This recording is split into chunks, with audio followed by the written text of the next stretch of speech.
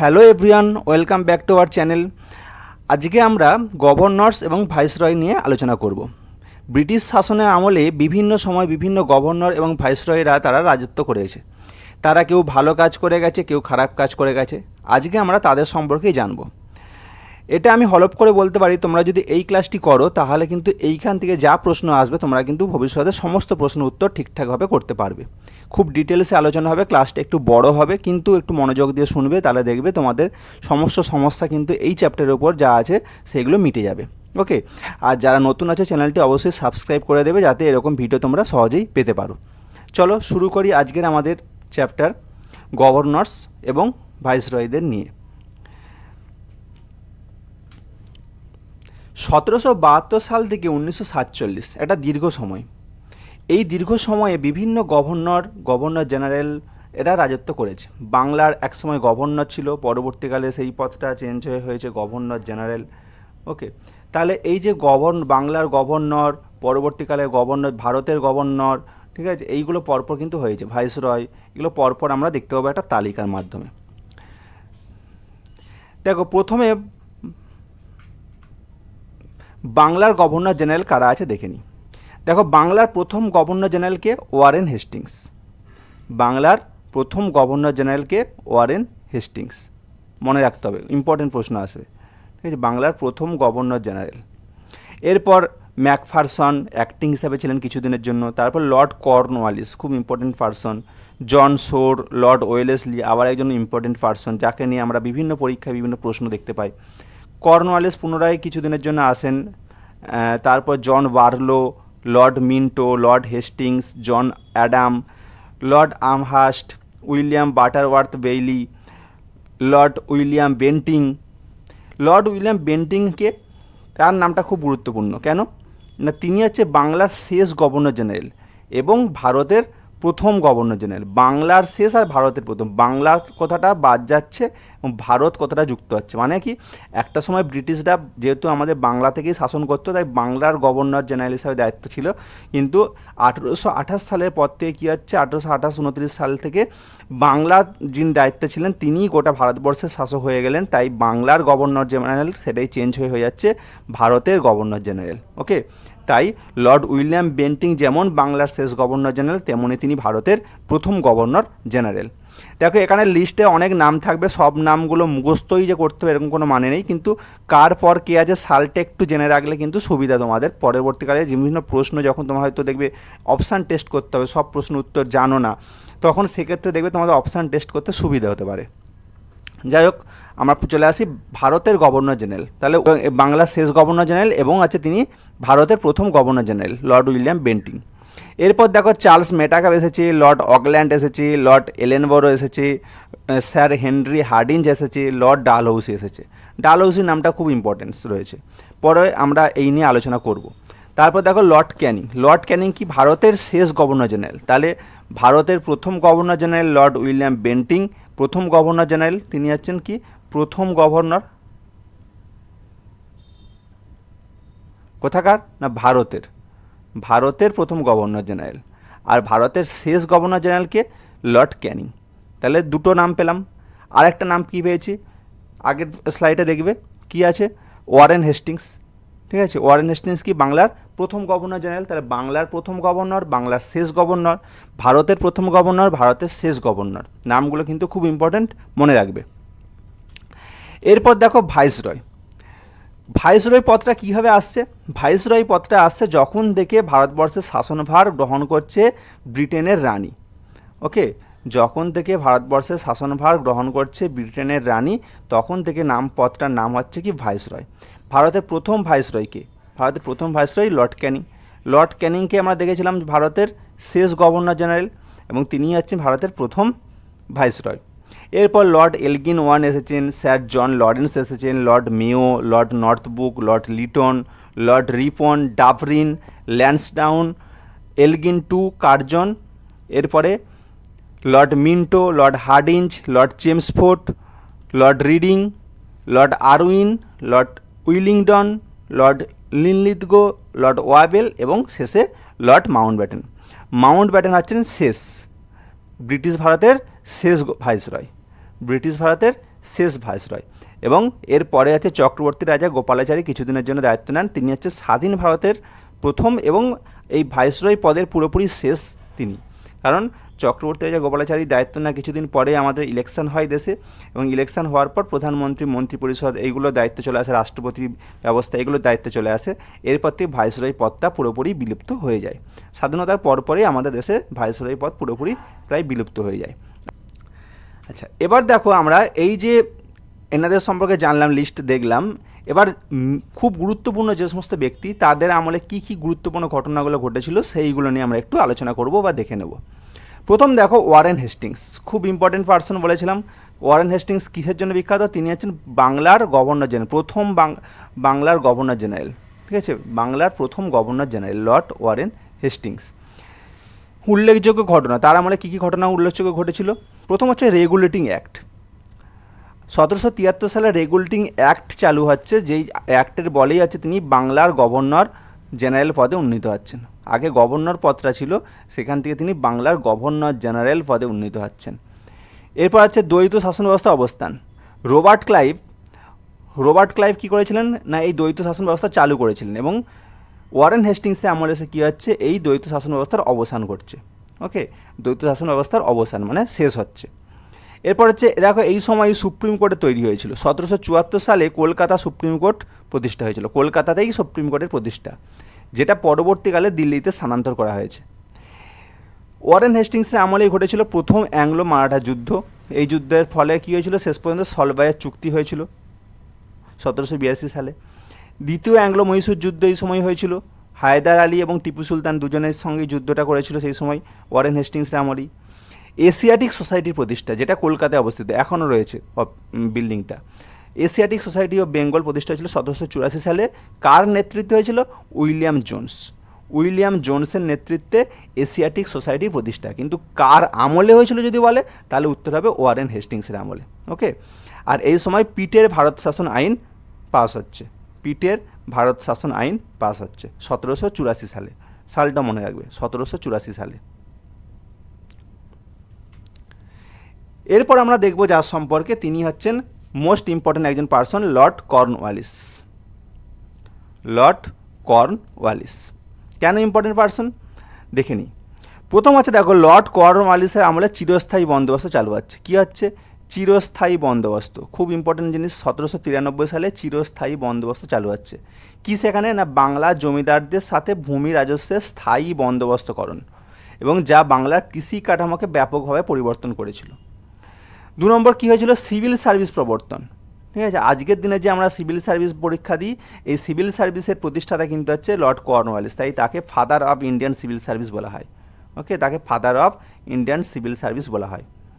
Cornwallis কোডের চালু, সেটা কী জিনিস না, বিচার বিভাগ, রাজস্ব বিভাগ এবং পুলিশ প্রশাসনের সংস্কারকরণ।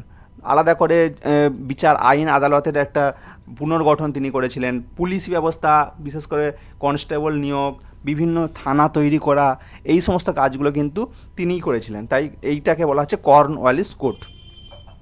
এরপর দেখো, তৃতীয় অ্যাংলো মহীশূর যুদ্ধ এই সময় হয়েছিল টিপু সুলতানের সঙ্গে। কার সঙ্গে ছিল? টিপু সুলতানের সঙ্গে তৃতীয় ইঙ্গো মহীশূর যুদ্ধ। ওকে, এবং শ্রীরঙ্গপত্তমের চুক্তি শেষ পর্যন্ত স্বাক্ষরিত হয়। তিনি কি জেলা জজ পদের সূচনা করেন। প্রতিটি জেলায় বিচার কার্য পরিচালনার জন্য জেলা জজ পদ তৈরি হয়েছিল, যেটা তিনিই তৈরি করে দিয়ে গিয়েছিলেন। এরপরে যে ব্যক্তিটির সম্পর্কে আমরা জানবো, তিনি হচ্ছেন লর্ড ওয়েলেসলি।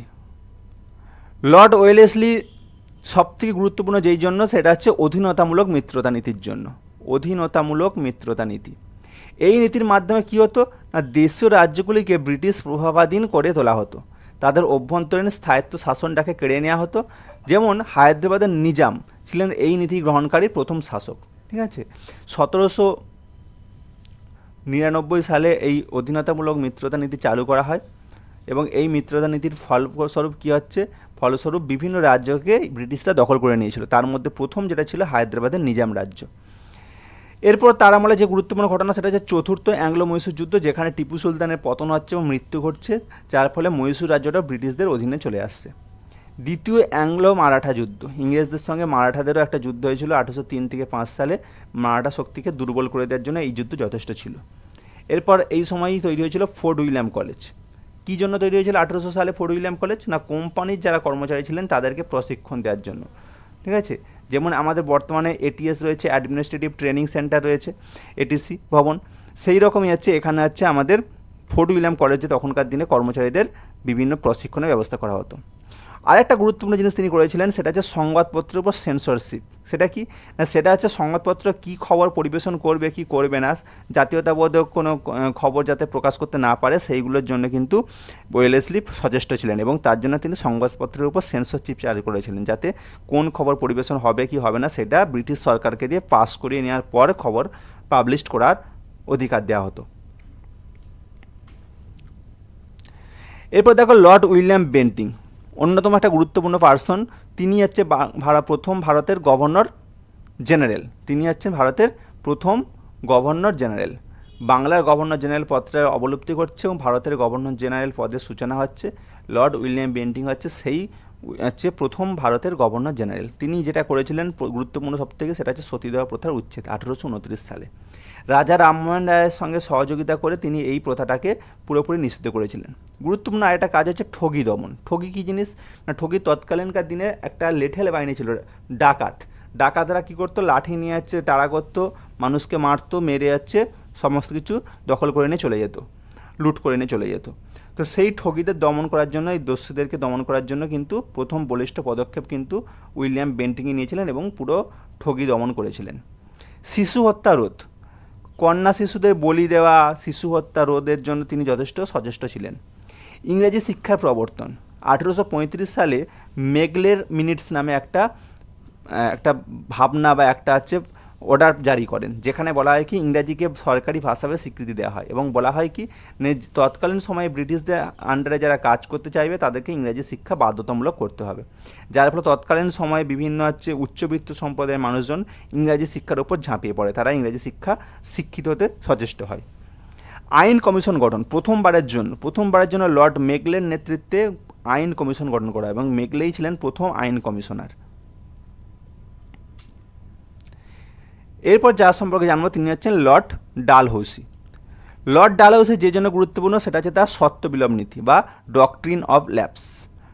সেটা কী জিনিস না, এই নীতির উদ্দেশ্য হচ্ছে যে যদি কোনো রাজবংশের কোনো উত্তরাধিকার না থাকে, কোনো পুত্র সন্তান না থাকে, তাহলে সেই রাজবংশ দখল করে নেবে ব্রিটিশরা। এইভাবে আছে সাতারা, নাগপুর, ঝাঁসি, সম্বলপুর, উদয়পুর প্রভৃতি বিভিন্ন রাজ্যগুলো কিন্তু ব্রিটিশরা দখল করেছিল। এই সময় দ্বিতীয় অ্যাংলো শিখ যুদ্ধ অনুষ্ঠিত হয় 1848 থেকে 49 সালে। শিখদের পরাজিত করে পাঞ্জাব দখল করেছিল ব্রিটিশ। উডেন ডেসপ্যাচ 1854 সালে, উডেন ডেসপ্যাচ, সেখানে ভারতে পাশ্চাত্য শিক্ষার প্রসারে গুরুত্বপূর্ণ ভূমিকা পালন করা হয়, যাকে বলা হচ্ছে কি ম্যাগনা কার্টা অফ ইন্ডিয়ান এডুকেশান। তাহলে উডেন ডেসপ্যাচকে কী বলা হয়, ম্যাগনা কার্টা অফ, উডেন ডেসপ্যাচকে কী বলা হচ্ছে, ম্যাগনা কার্টা অফ ইন্ডিয়ান এডুকেশান। প্রথম রেল লাইন স্থাপন, আমাদের দেশে যে রেলপথ ব্যবস্থা আমরা দেখি তা শুরু হয়েছিল লর্ড ডালহৌসির হাত ধরে, যেটা হচ্ছে 1853 সালে বোম্বে থেকে থানে পর্যন্ত আমাদের দেশে প্রথম রেলপথ চালু হয়। ওয়েস্ট বেঙ্গলের ক্ষেত্রে হাওড়া থেকে হুগলি পর্যন্ত প্রথম রেলপথ চালু হয়। পোস্ট অফিসে আইন, পোস্ট অফিসের জন্য নতুন আইন চালু হয়েছিল 1854 সালে। আধুনিক ডাক ব্যবস্থার সূচনা এই সময় থেকেই। বেতার সংযোগ, টেলিগ্রাফ লাইন, আগেকার দিনে টেলিগ্রাফ লাইন ছিল, টেলিফোন নয়, টেলিগ্রাফ লাইন। এই টেলিগ্রাফ লাইনের সূচনাটা কিন্তু হচ্ছে ডালহৌসির হাত ধরে আমাদের দেশে হয়েছিল। পাবলিক ওয়ার্কস ডিপার্টমেন্ট, পিডব্লিউডি, আজকের দিনে যারা হচ্ছে এই রাস্তাঘাট, জলের ব্যবস্থা, এই সমস্ত যারা পূর্ত দপ্তর দেখে, এই পূর্ত ভবনের দায়িত্ব প্রথম তৈরি করা হয়েছিল, প্রতিষ্ঠা করা হয়েছিল লর্ড ডালহৌসির আমলেই। বিধবা বিবাহ আইন, ঈশ্বরচন্দ্র বিদ্যাসাগরের সঙ্গে হাত মিলিয়ে তিনি হচ্ছেন এই আইনের খসড়া তৈরি করে দিয়ে গিয়েছিলেন। যদিও এই আইনটা ডালহৌসির আমলে শেষ পর্যন্ত পাস হয়নি, পরবর্তীকালে যিনি গভর্নর ছিলেন তার আমলেই হচ্ছে এই বিধবা বিবাহ আইনটা পাস হয়, তবে আইনটা হচ্ছে খসড়াটা সেই সময়কার হয়েছিল 1856 সালে এসে। লর্ড ক্যানিং হচ্ছেন ভারতের শেষ গভর্নর জেনারেল এবং প্রথম ভাইসরয়, ভারতের শেষ গভর্নর জেনারেল এবং প্রথম ভাইসরয়। ওকে, তার আমলে যেটা সবথেকে গুরুত্বপূর্ণ ঘটনা ঘটেছিল সেটা হচ্ছে সিপাহি বিদ্রোহ, যাকে আমরা মহাবিদ্রোহ নামেও চিনি। 2 নম্বর ভারত শাসন আইন, এই সময় থেকে ইস্ট ইন্ডিয়া কোম্পানির হাত থেকে পুরো ক্ষমতা কেড়ে নিয়ে দায়িত্বভার কার ওপর অর্পিত হয় না, সেই সময়কার ইংল্যান্ডের যিনি রানী তার উপরে দায়িত্বভার অর্পিত হয়, মানে ব্রিটিশ রাজ পরিবারের ওপর। এবং গভর্নর জেনারেল পদটা সেই সময় বাদ দিয়ে ভাইসরয় নামে নতুন পদ চালু করা হয়। এই সময় দেশে 3টে বিশ্ববিদ্যালয় তৈরি হয়েছিল, কলকাতা, বোম্বে ও মাদ্রাজে 3টে বিশ্ববিদ্যালয় তৈরি হয় 1857 সালে। বিধবা বিবাহ যে আইনের খসড়া তৈরি হয়ে গিয়েছিল 56 সালে, সেই 56 সালেই হচ্ছে দায়িত্বভার নিয়েই লর্ড ক্যানিং ডালহৌসির খসড়াটাকে আইনে রূপান্তর করেন। ভারতীয় দণ্ডবিধি আইপিসি, ইন্ডিয়ান পেনাল কোড, এতদিন পর্যন্ত মানে 2024 সালের আগে পর্যন্ত আমাদের দেশে যা কিছু আইন কানুন সমস্তটাই কিন্তু ইন্ডিয়ান পেনাল কোডের উপর ভিত্তি করেই তৈরি। 1860 সালে এই ইন্ডিয়ান পেনাল কোড চালু করা হয়, যে আইনের বলে সমস্ত রকমের হচ্ছে ফৌজদারি হচ্ছে দেওয়ানি বিভিন্ন মামলা, সেই মামলার হচ্ছে শাস্তি কিন্তু এই ইন্ডিয়ান পেনাল কোড অনুযায়ী হচ্ছিল। বর্তমানে ইন্ডিয়ান কানুন বলে নতুন আইন ব্যবস্থা চালু করা হয়েছে। এরপর দেখো লর্ড লিটন। লর্ড লিটনকে একজন কুখ্যাত ভাইসরয় ছিলেন। তার আমলে যেটা চালু হয়েছিল সেটা হচ্ছে vernacular press act. Vernacular press act কি না, ভারতীয় ভাষায় যে সংবাদপত্রগুলো আছে তার স্বাধীনতা খর্ব, মানে ভারতীয় ভাষায় আর কোনো সংবাদপত্র পরিবেশন করা যাবে না, করতে গেলে ইংরেজি ভাষায় করতে হবে। এবার সেই জন্য হচ্ছে এই সময় একটা বড় রকমের আন্দোলন তৈরি হয়েছিল। এই আইনটাকে বলা হচ্ছে ভার্নাকুলার প্রেস অ্যাক্ট। অস্ত্র আইন, ভারতীয়দের অস্ত্র রাখার উপর নিষেধাজ্ঞা জারি করা হয়। 1878 সালে অস্ত্র আইন চালু করেন। দ্বিতীয় অ্যাংলো আফগান যুদ্ধ এই সময়ই হয়েছিল, 1878 থেকে 1880, এই 2 বছরের মধ্যে দ্বিতীয় অ্যাংলো আফগান যুদ্ধ হয়। ব্রিটিশরা ভারতের আফগানিস্তান নীতিতে পরিবর্তন আনে। পরেরটা দেখো রয়্যাল টাইটেলস অ্যাক্ট, খুব ইম্পর্টেন্ট, 1876 সালে। সেটা কি না, এই আইন অনুযায়ী রানী ভিক্টোরিয়া ভারত সম্রাজ্ঞী উপাধি ধারণা করেন। ভারত সম্রাজ্ঞী মানে কি, ভারতেরও তিনি রানী, এই উপাধিটা তিনি গ্রহণ করেন বা দেওয়া হয় তাকে রয়্যাল টাইটেলস অ্যাক্টের মাধ্যমে 1876 সালে। লর্ড লিটনের আমলেই দেশে দুর্ভিক্ষ লাগে। 1876 থেকে 1878 সালে দক্ষিণ ভারতে ভয়াবহ দুর্ভিক্ষ দেখা দিয়েছিল।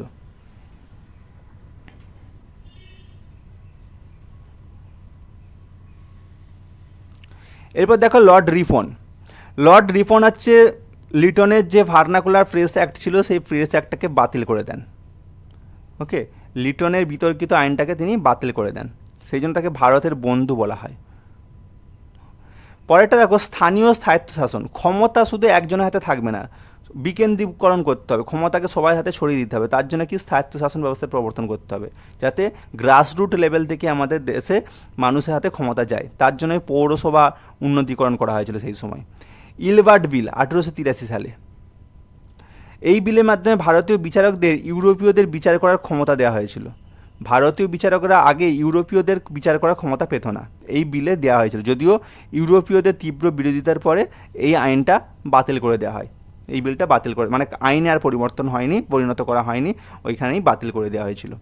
প্রথম ফ্যাক্টরি আইন 1881, খুব ইম্পর্টেন্ট প্রশ্ন, কবে ফ্যাক্টরি আইন চালু হয়েছিল? 1881। কার আমলে চালু হয়েছিল? লর্ড রিফনের আমলে। কি না, শিশুদের কাজের সময়সীমা নির্দিষ্ট করে দেওয়া হয়েছিল। কারখানার পরিবেশ উন্নতি করার জন্য আইন আনা হয়েছিল, যে একটা সুস্থকর পরিবেশ তৈরি করতে হবে কারখানাতে, যেখানে মানুষ কাজ করতে পারবে। তাহলে ফ্যাক্টরি আইন 1881 সালে এই উদ্দেশ্যে চালু করা হয়েছিল। শিক্ষার জন্য তিনি গুরুত্বপূর্ণ পদক্ষেপ নেন, তার জন্য তিনি হান্টার কমিশন গঠন করেন 1882 সালে। প্রাথমিক এবং মাধ্যমিক শিক্ষার উন্নতির জন্য তিনি এই কমিশন গঠন করেছিলেন। লর্ড কার্জন, ইনি অত্যন্ত গুরুত্বপূর্ণ একজন পার্সন, কারণ লর্ড কার্জনের আমলে যেটা সবথেকে গুরুত্বপূর্ণ ঘটনা ঘটেছিল সেটা হচ্ছে বঙ্গভঙ্গ আন্দোলন 1905 সালে। প্রশাসনিক সুবিধার অজুহাতে তিনি বাংলাকে বিভক্ত করতে চান, যা তীব্র জাতীয়তাবাদের আন্দোলনের রূপ নেয়। পরবর্তীকালে 1909 সালে তিনি এই আইনটা বা বঙ্গভঙ্গটাকে রোধ করে দেন। বিশ্ববিদ্যালয় আইন 1904 সাল। বিশ্ববিদ্যালয়ের উপর সরকারি নিয়ন্ত্রণ বৃদ্ধি করা, এই উদ্দেশ্যে বিশ্ববিদ্যালয়ের আইন চালু করা হচ্ছে। পুলিশ কমিশন, আজকের দিনে যে পুলিশ কমিশনের অফিসগুলো দেখতে পাই, 1902 সালে এই পুলিশ কমিশন চালু করেছেন। পুলিশ ব্যবস্থা সংস্কারের জন্য তিনি এই কমিশন গঠন করেছিলেন। প্রাচীন স্মৃতিসৌধ স্তম্ভ, এগুলো সংরক্ষণের আইন 1904 সালে। ভারতের ঐতিহাসিক যে সমস্ত সৌধগুলো ছিল সেই সৌধগুলো সংরক্ষণের জন্য তিনি আইন আনেন। ঠিক আছে, তাই তাকে হচ্ছে আমাদের হচ্ছে অ্যানসিয়েন্ট হচ্ছে বিভিন্ন কার্যকলাপের রক্ষাকর্তা হিসেবে আমরা চিনি, বিভিন্ন স্মৃতিসৌধের রক্ষাকর্তা হিসেবে আমরা তাকে চিনি। তিনি হচ্ছেন এই আইন করে কিন্তু প্রাচীন সৌধগুলো রক্ষা করার জন্য পদক্ষেপ গ্রহণ করেছিলেন। আজকে যে কৃষি গবেষণাগার অবস্থিত আমাদের দেশে, এই কৃষি গবেষণাগার কোথায় অবস্থিত আমরা জানি? পুসাতে। এই পুসা কৃষি গবেষণা কেন্দ্র 1905 সালে তৈরি হয়েছিল, আজকের দিনে এসে প্রায় 120 বছরের পুরানো। কৃষিক্ষেত্রে উন্নতির জন্য এটা প্রতিষ্ঠা করা হয়েছিল এবং তিনি সেটাও করেছিলেন lord Curzon. Lord Hardinge, lord Hardinge কী জন্য গুরুত্বপূর্ণ? তিনি হচ্ছে পঞ্চম জর্জ এবং রানী মেরির ভারত আগমনে রাজধানী কলকাতা থেকে দিল্লিতে স্থানান্তর করেছিলেন। তার আমলে কী হচ্ছে, রাজধানী দিল্লিতে স্থানান্তর করা হয়, কলকাতা থেকে দিল্লিতে। তার আমলে বঙ্গভঙ্গ রদ করা হয়, বঙ্গভঙ্গ আন্দোলন রদ করা হয়, যেটা 1905 সালে চালু হয়েছিল, সেইটা হচ্ছে 1911 সালে এসে রদ হচ্ছে। প্রথম বিশ্বযুদ্ধ তার আমলেই শুরু হচ্ছে, সারা বিশ্ব জুড়ে যে প্রথম বিশ্বযুদ্ধের সূত্রপাত, সেই প্রথম বিশ্বযুদ্ধ তার আমলেই শুরু। তাই যদি প্রশ্ন আসে যে প্রথম বিশ্বযুদ্ধের সময় ভারতের গভর্নর বা ভারতের ভাইসরয় কে ছিলেন, সেটা হচ্ছে Lord Hardinge two, Lord Hardinge two. আচ্ছা, এই সময় দেখো গদর পার্টির প্রতিষ্ঠা হচ্ছে 1913 সালে, আমেরিকা সান ফ্রান্সিসকোতে গদর পার্টি প্রতিষ্ঠা করছে। কে করছে? লালা হরদোয়াল। লর্ড চেমসফোর্ড কী জন্য গুরুত্বপূর্ণ? প্রথম যেটা সেটা হচ্ছে তার আমলে হোম রুল আন্দোলন শুরু হয়, তার আমলে হোম রুল আন্দোলন শুরু হয়। ওকে, আচ্ছা, কে করেছিল? বাল গঙ্গাধর তিলক এবং অ্যানি বেসান্তের নেতৃত্বে। লখনৌ চুক্তি, কংগ্রেস ভেঙে গিয়েছিল এক সময়, সেখানে আবার সংযুক্তিকরণ একটা হচ্ছে, কংগ্রেস এবং মুসলিম লীগের মধ্যে একটা লখনৌ চুক্তি হচ্ছে এই সময়। আর এছাড়াও এই সময় কংগ্রেসের একটা সংযোগ স্থাপনের একটা জায়গা তৈরি হয়েছিল। মন্টেগু চেমসফোর্ড সংস্কার, ভারত সরকার আইন 1919 পাস হয়, যা ডায়ার্কি বা দ্বৈত শাসনের প্রবর্তন করে, পুনরায় ডায়ার্কি সিস্টেম বা দ্বৈত শাসনের প্রবর্তন করেছিল। রাওলাট আইন অত্যন্ত গুরুত্বপূর্ণ, 1919 সালে রাওলাট আইন একটা দমনমূলক আইন এই সময় চালু হয়েছিল লর্ড চেমসফোর্ডের আমলে, যার পরিপ্রেক্ষিতে কী হয়, জালিয়ানওয়ালাবাগের হত্যাকাণ্ড ঘটে 1919 সালে।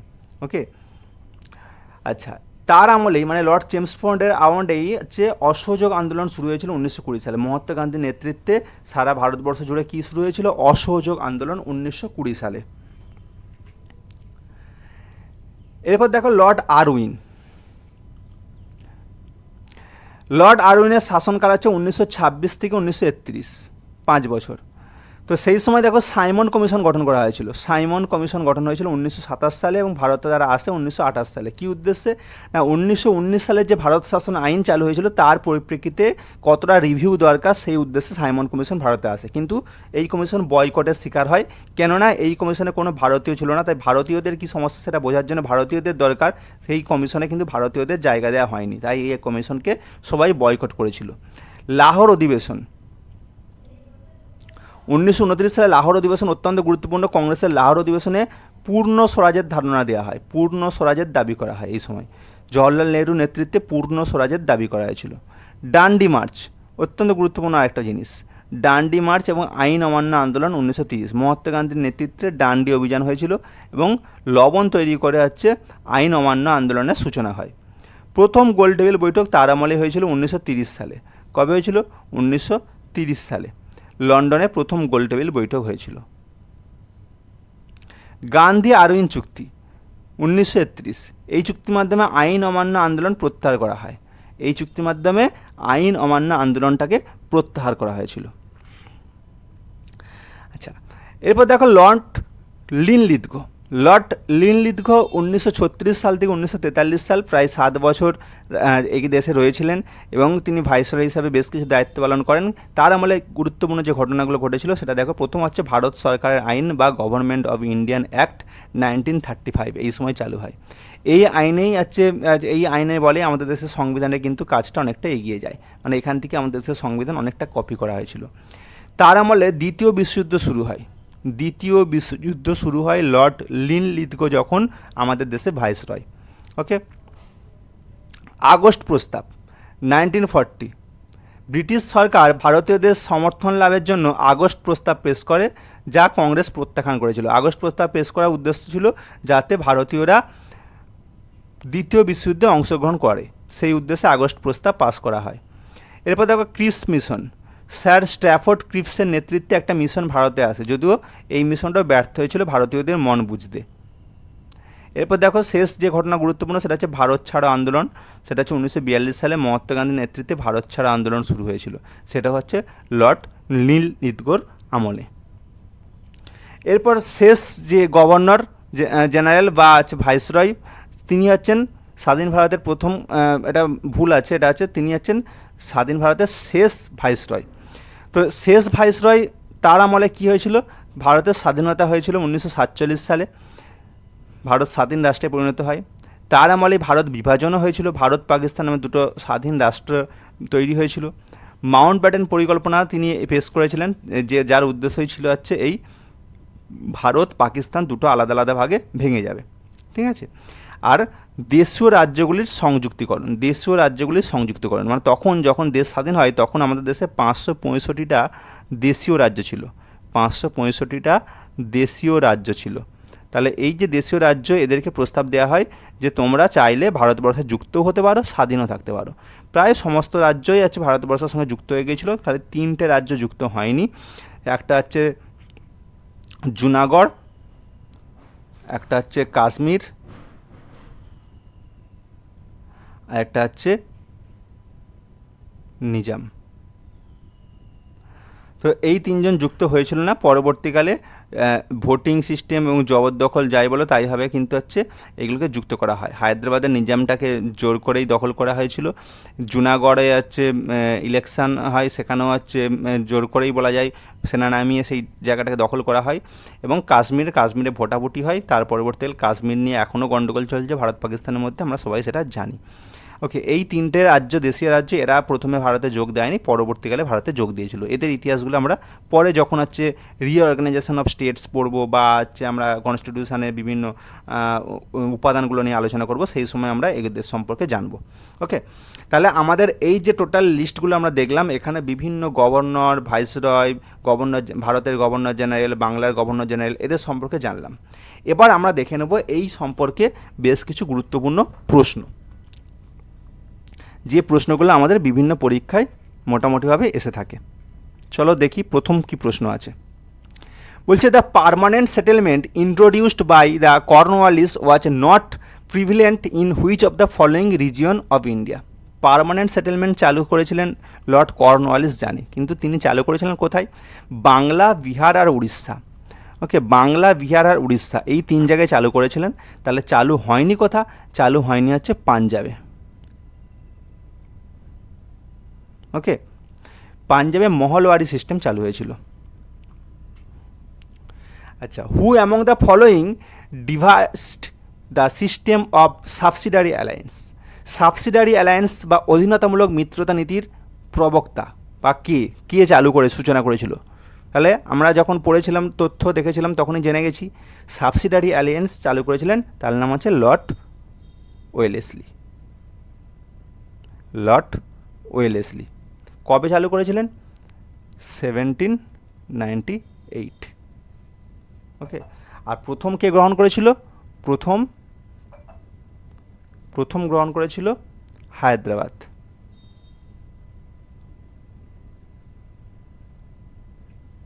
ওকে, সেকেন্ড কে গ্রহণ করেছিল? মহীশূর। আর হচ্ছে থার্ড করেছিল Ayodhya.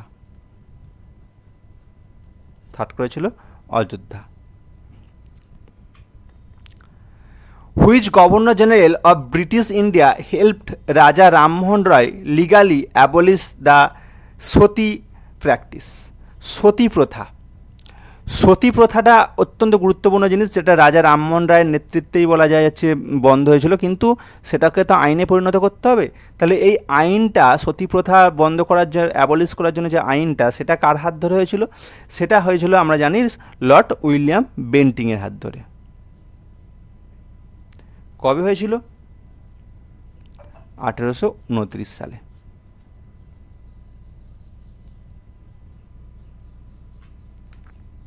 The doctrine of lapse was an annexation policy devised by which of the following Governor General of India?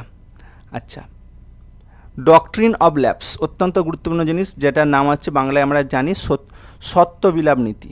এই সত্যবিলাপ নীতিটা কার হাত ধরে চালু হয়েছিল? লর্ড ডালহৌসি। কত সালে চালু হয়েছিল? আমরা জানি 1848-49 এই সময় করে এটা চালু হয়েছিল। এবং প্রথম কোন রাজ্য গ্রহণ করেছিল দেশীয় রাজ্য? প্রথম গ্রহণ করেছিল প্রথম গ্রহণ করেছিল সাতারা। ওকে, দ্বিতীয় গ্রহণ করেছিল ঝাঁসি।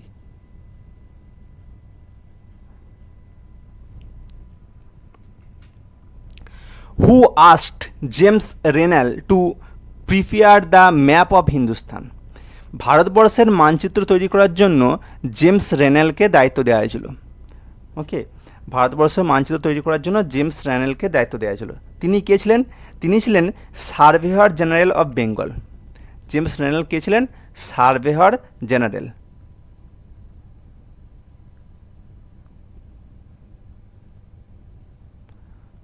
Of Bengal. Surveyor general of Bengal ছিলেন এবং তার হাত ধরে হচ্ছে বেঙ্গল অ্যাটলাস চালু হয়।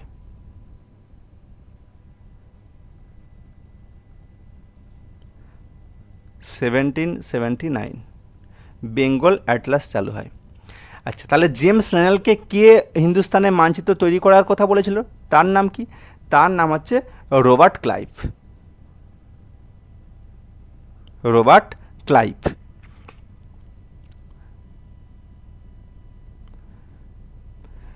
দ্য দারোগা সিস্টেম ইন 1792, দারোগা প্রথা, introduced by whom among the following governor generals of India?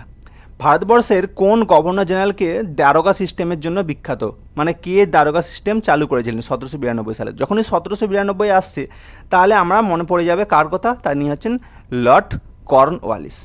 Lord Cornwallis, তার হাত ধরে দারোগা প্রথা চালু হচ্ছে।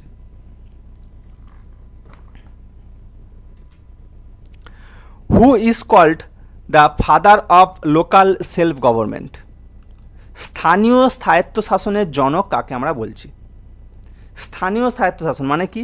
পঞ্চায়েত ব্যবস্থা বা পৌর ব্যবস্থা, এটাকে বুঝি। লোকাল সেলফ গভর্নমেন্ট এটা মানে কি? স্থানীয় স্বায়ত্ত শাসন মানে কি? মানে হচ্ছে পঞ্চায়েত, পৌরসভা, এগুলোকে বোঝায়। তাহলে এই স্থানীয় স্বায়ত্তশাসন ব্যবস্থা কার হাত ধরে চালু হয়েছিল? Lord Ripon.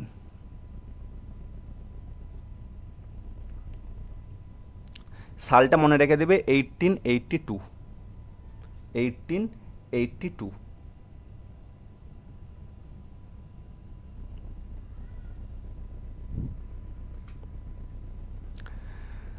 Which of the following Governor General of British India was in favor of free press and repealed the press regulations of 1823? 1823 সালে সংবাদপত্রের ওপর একটা স্বাধীনতা অর্পণ করে দেওয়া হচ্ছে, সংবাদপত্রে রিলিফ দেওয়া হচ্ছে। এই ঘটনাটা কার হাত ধরে, কোন গভর্নর জেনারেলের হাত ধরে এই ঘটনাটা ঘটেছিল? ঠিক আছে, ফ্রি প্রেস। ঠিক আছে, এইটা কার ধরে হয়েছিল? যিনি করেছিলেন তার নাম হচ্ছে লর্ড মেটাকাপ।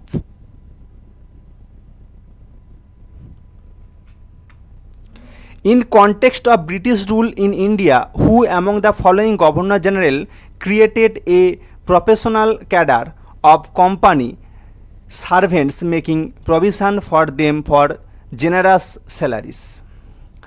কাদের একটা গুরুত্বপূর্ণ স্যালারির ব্যবস্থা করে তাদের মধ্যে একটা ব্যবস্থা করে দেওয়ার একটা উদ্দেশ্য নিয়ে কাজ করেছিলেন যেই গভর্নর জেনারেল, তার নাম হচ্ছে কর্নওয়ালিস।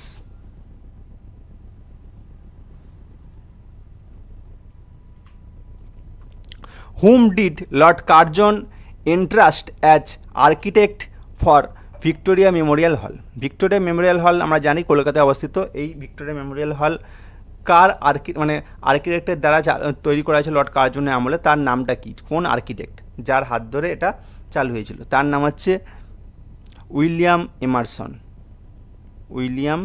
ইমারসন। ভিক্টোরিয়া মেমোরিয়াল হল চালু হইতে সময় লেগেছিল 1906 সাল থেকে 1921 সাল। 21 সালে সবাইয়ের জন্য দরজা খুলে দেওয়া হয়। ওকে,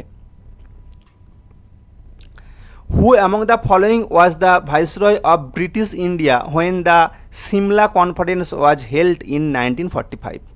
যখন সিমলা কনফারেন্স হচ্ছে 1945 সালে, তখন ভাইসরয় কে ছিলেন? তিনি কে ছিলেন? তিনি হচ্ছেন Lord Wavell.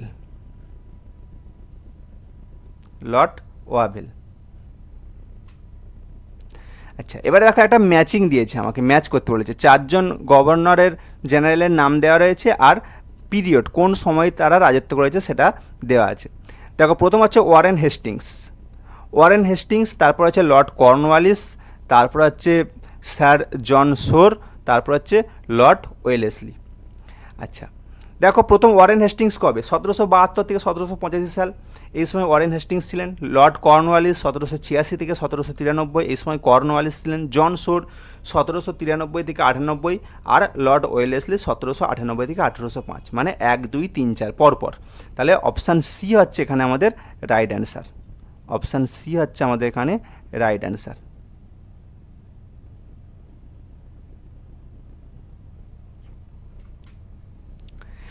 Identify the incorrectly matched pairs of the British Governor Generals of India and the event with which they are associated.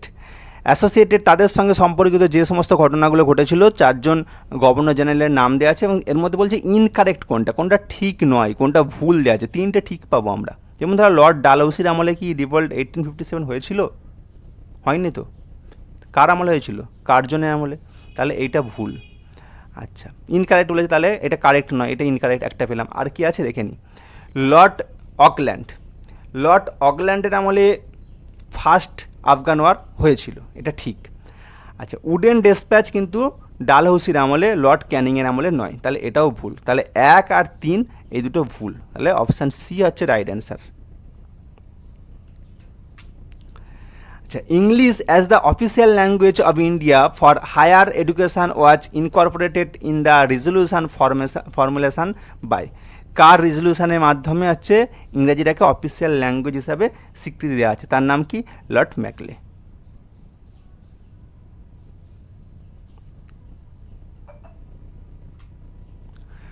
The Vernacular Press Act was enacted during the regime of which viceroy in India?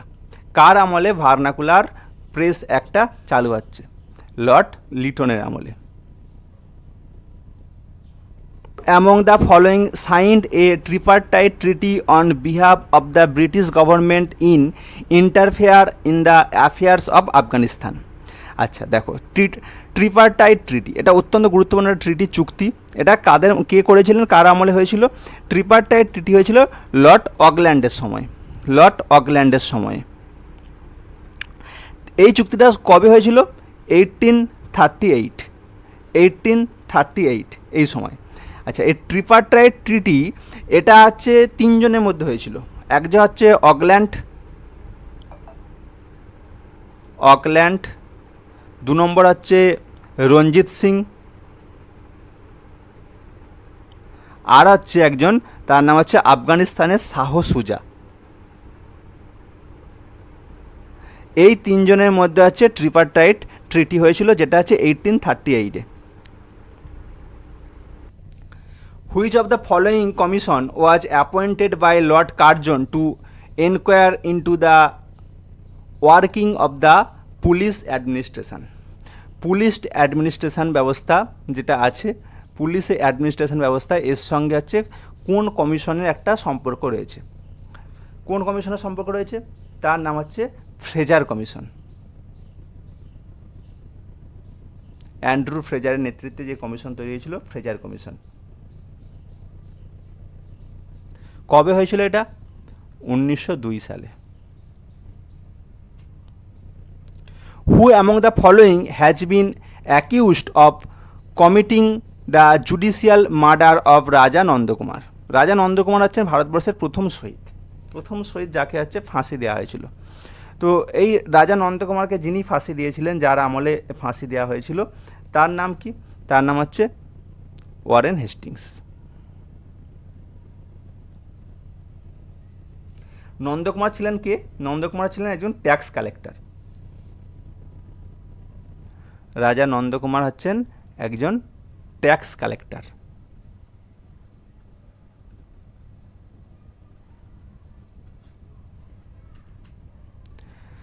Dash announced the bifurcation of the British India Empire into a secular India and Islamic Pakistan. Bharat এবং পাকিস্তান দুটো ভাগে ভেঙে দেওয়ার যে পরিকল্পনা কে announce করেছিলেন তার নাম হচ্ছে লর্ড লুইস মাউন্টব্যাটেন, যেটাকে মাউন্টব্যাটেন প্ল্যান বলা হয়।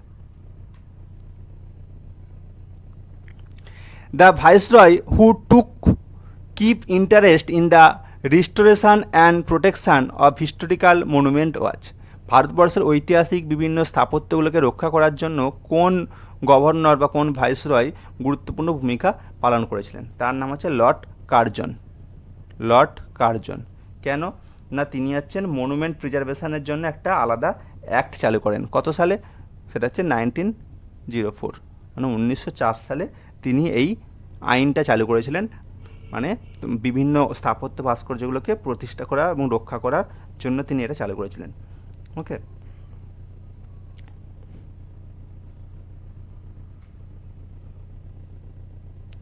The policy of dual system of government of Bengal was the brain child of which governor general?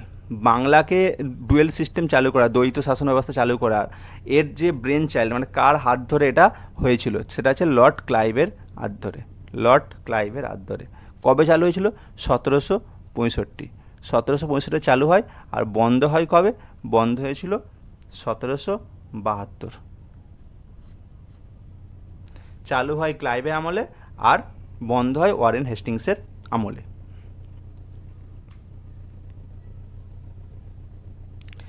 Governor General Lord Dalhousie described the kingdom of Dash as a cherry that will drop into our mouth one day. Mouth one day. কে বলেছিলেন এটা? তার নাম হচ্ছে, মানে বলেছিলেন হচ্ছে Lord Dalhousie. এবং কোন রাজ্য সম্পর্কে তিনি বক্তব্য দিয়েছিলেন? লর্ড ডালহৌসি কোন রাজ্য সম্পর্কে এই বক্তব্যটা দিয়েছিলেন? তার নাম হচ্ছে অযোধ্যা, অবধ। A history of British India is a work published by, এটা একটা বই বলতে পারো। এই হিস্ট্রি অফ ব্রিটিশ ইন্ডিয়া, এই বইটা কে পাবলিশ করেছিল? কার হাত ধরে এটা পাবলিশড হয়েছিল? সেটা তিনি নাম হচ্ছে James Mill. James Mill. James Mill কে? তিনি একজন স্কটিশ ইকোনমিস্ট। Scottish economist. তিনি বিভিন্ন বই রচনা করতেন, সেরকম একটা বই হচ্ছে a history of British India. In 1856, Governor General Dash decided that Bahadur Shah Jafar would be the last Mughal king, and after his death, none of his descendants would be recognized as king. They would just be called prince. তাহলে বাহাদুর শাহ জাফর যেহেতু last Mughal king ছিলেন এবং তার হচ্ছে কোনো পুত্র সন্তান ছিলেন না, তাই বলা হয়েছিল কি যে তার ডেথ যদি হয়, after his death none of his descendant would be recognise as king. যেহেতু হচ্ছে তিনি মারা গেলে তার কোনো উত্তরাধিকার নেই, তাহলে এটা কী হবে? এটা হচ্ছে এটাকে প্রিন্সেসলেস বলে দিতে পারি, এবং সেটা হচ্ছে তাহলে সেই রাজ্যটা, মানে গোটা মুঘল সাম্রাজ্য বলো আর গোটা ভারতবর্ষ, যেহেতু সেই সময় মুঘলরা রাজত্ব করতো, তাহলে পুরোটাই হচ্ছে ব্রিটিশদের আন্ডারে চলে যাবে।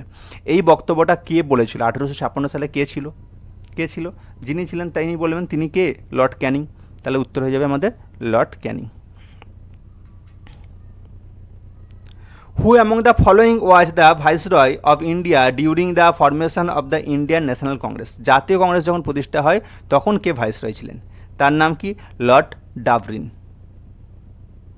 কবে জাতীয় কংগ্রেস প্রতিষ্ঠা হচ্ছে? 1885-এ।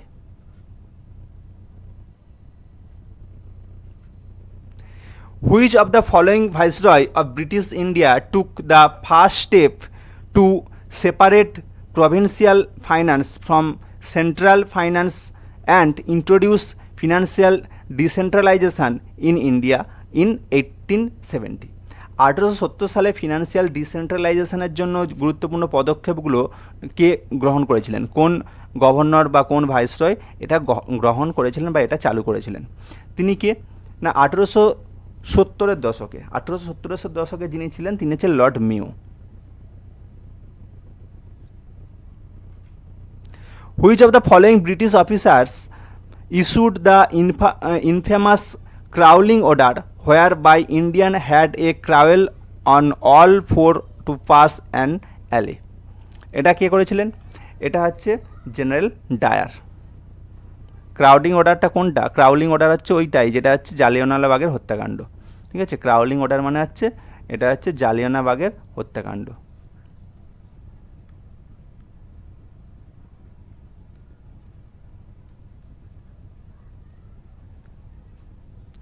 জালিয়ানওয়ালাবাগ, এটাই হচ্ছে crawling order. Which of the following viceroy of India addressed the Bengal famine of 1943 by ordering the army to distribute relief supply to the starving rural Bengals? এটা কে অর্ডার দিয়েছিলেন সেই সময়? সেই সময় যিনি দায়িত্বে ছিলেন তার হচ্ছে নাম লর্ড লিনলিথগো। Lord Linlithgow.